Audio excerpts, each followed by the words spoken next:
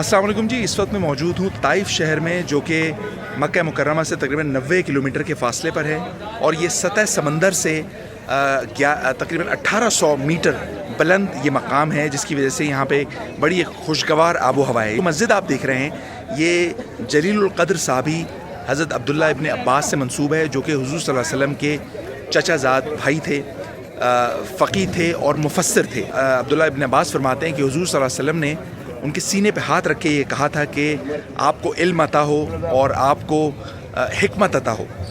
तो उसके बाद उन्होंने अपनी सारी की सारी ज़िंदगी जो है वो इल्म फैलाने में, कुरान मजीद फैलाने में लगाई, और बहुत बड़ी कंट्रीब्यूशन है हज़रत अब्दुल्ला इब्न अब्बास की। हुज़ूर सल्लल्लाहु अलैहि वसल्लम को उनसे बड़ी मोहब्बत थी। ये जो जगह आप देख रहे हैं, ये जो मस्जिद है, ये इस वजह से मशहूर है कि यहाँ पे हज़रत अब्दुल्ला इब्न अब्बास समेत कई जलीलुल क़द्र सहाबा की कब्रें हैं।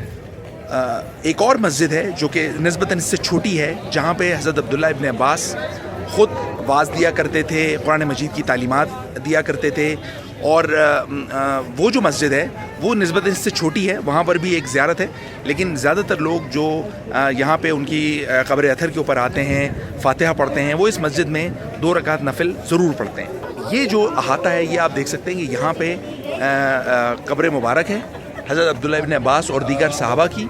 और अगर आप आगे देखें तो ये उसके बाद जो मस्जिद का अहाता है वो यहाँ से शुरू होता है। ये ख़वातीन का सेक्शन है, जहाँ पे ख़वातीन नवाफिल अदा करती हैं, और ये जो जगह आ रही है, यहाँ पे जो मर्द हुज्जाज हैं और जो उमरा ज़ायरीन हैं, वो यहाँ पे आते हैं और नवाफिल अदा करते हैं। तो अब्दुल्ला इब्न अब्बास के बारे में ये रवायत है कि वो आप सल्लल्लाहु अलैहि वसल्लम के बहुत करीब थे, और जो वज़ू का पानी होता है वो भी आप सल्लल्लाहु अलैहि वसल्लम के लिए वो भरा करते थे, और बहुत क्लोज़ रिलेशनशिप था, बड़े बड़े महबूब उन्हें थे। ज़ाहिर सी बात है, सगे चचा के बेटे थे। हुज़ूर अकरम सल्लल्लाहु अलैहि वसल्लम की दुआ के बाद उनका जो इल्म है वो इतना ज़्यादा वसी हो गया था कि उनको उस ज़माने में हिब्रुल उम्मा या बहर कहा जाता था, यानी उम्मत का बहुत बड़ा आलिम।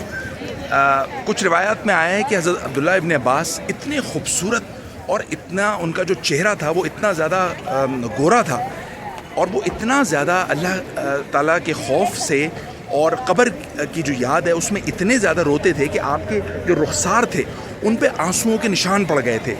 और कई सहाबा ऐसे थे कि जो हुज़ूर अकरम सल्लल्लाहु अलैहि वसल्लम की जो कही भी बात थी, जब उसकी सनद उनको हासिल करनी होती थी या उसको प्रूफ करवाना होता था, तो वो हज़रत अब्दुल्ला इब्न अब्बास के पास आया करते थे।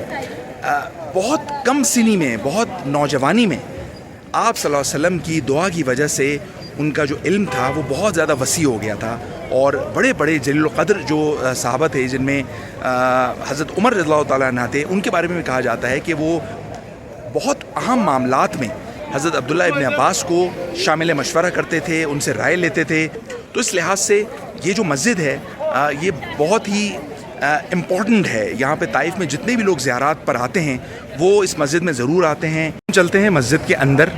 ये मस्जिद का मरकज़ी दरवाज़ा है, जहाँ से मर्दों की एंट्रेंस है। अच्छा, ये देखिए कि इस जगह जो कारपेटिंग हुई भी है वो कम व बेश मस्जिद आयशा से मुमासलत रखती है, लेकिन ये मस्जिद बहुत ह्यूज है, बहुत बड़ी मस्जिद है।